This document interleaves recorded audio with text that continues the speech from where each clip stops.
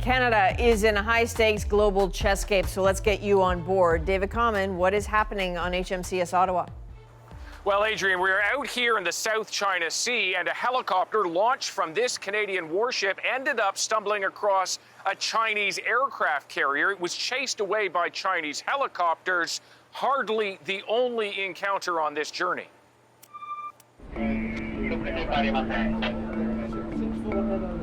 60 meter, perfect, good. Make no mistake, what we're about to do is quite serious, and at the highest levels of government are paying attention to what we're doing. This is the inside story of how a heavily armed Canadian warship is sending a provocative message in an area many now avoid. That we'll be transiting Taiwan Strait. There's nothing more challenging than not knowing when a fight may break up, but to just hold the line, okay? HMCS Ottawa is set to pass through the Taiwan Strait between mainland China and Taiwan. The Chinese claim it as their own. Other nations consider the passage international waters. Either way, it is the route China's Navy, now the world's largest, would use were it to invade Taiwan. The Canadians don't expect a confrontation, but they must be ready in case there is one. We're the only journalists invited on board for this journey. All clear, 101. And it isn't just on the water. The ship's helicopter, call sign Grey Wolf, equipped with flares to confuse any missiles fired its way. While on patrol, the ship can actually use its helicopter to see great distances, looking for other vessels on the water and those beneath it as well. In the back, Captain Theodore Yam, the tactical coordinator. We can't show you the secretive screens he's using. The aircraft has all sorts of different sensors, such as radar and sonar, to help the ship have a clearer picture of what's around it. Grey Wolf is here to help the ship identify and avoid trouble. One early encounter is on the horizon. This Chinese vessel capable of scooping electronic data from other ships.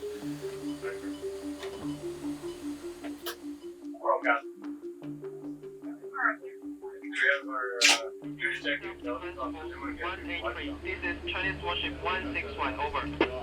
Then, much closer, a Chinese destroyer arriving just as Canada links up with friendly forces from Japan and the US. Over the coming days, there are consistent signs of Chinese ships paralleling the Canadian moves. As day turns to night, the shadowing continues, with the crew on the bridge challenged that much more in the darkness. This is a 24-hour operation. There's no rest. Before the transit of the Taiwan Strait, the ship refuels from the only gas station out here, the Canadian supply vessel Asterix. Sending these ships all the way from British Columbia is a major expense, a long way from home.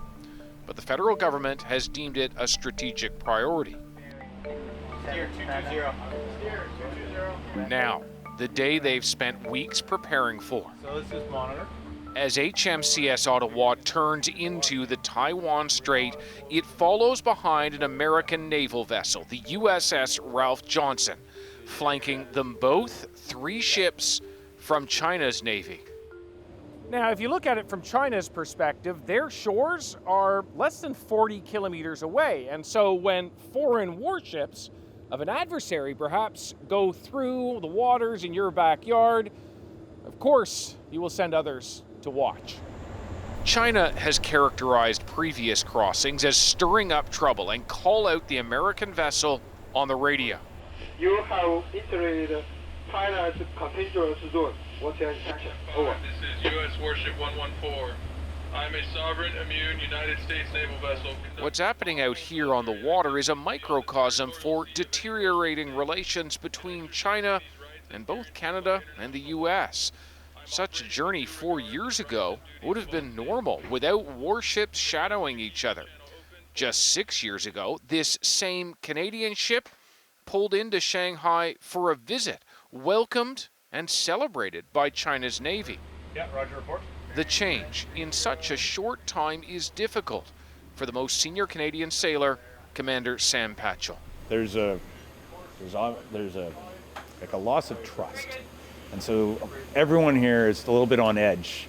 I don't know if we're trusted. Why are we here? And this tit for tat of a lack of trust that obviously used to exist. Ships maneuvered freely in here, so hopefully we can get to a space again where we just trust each other.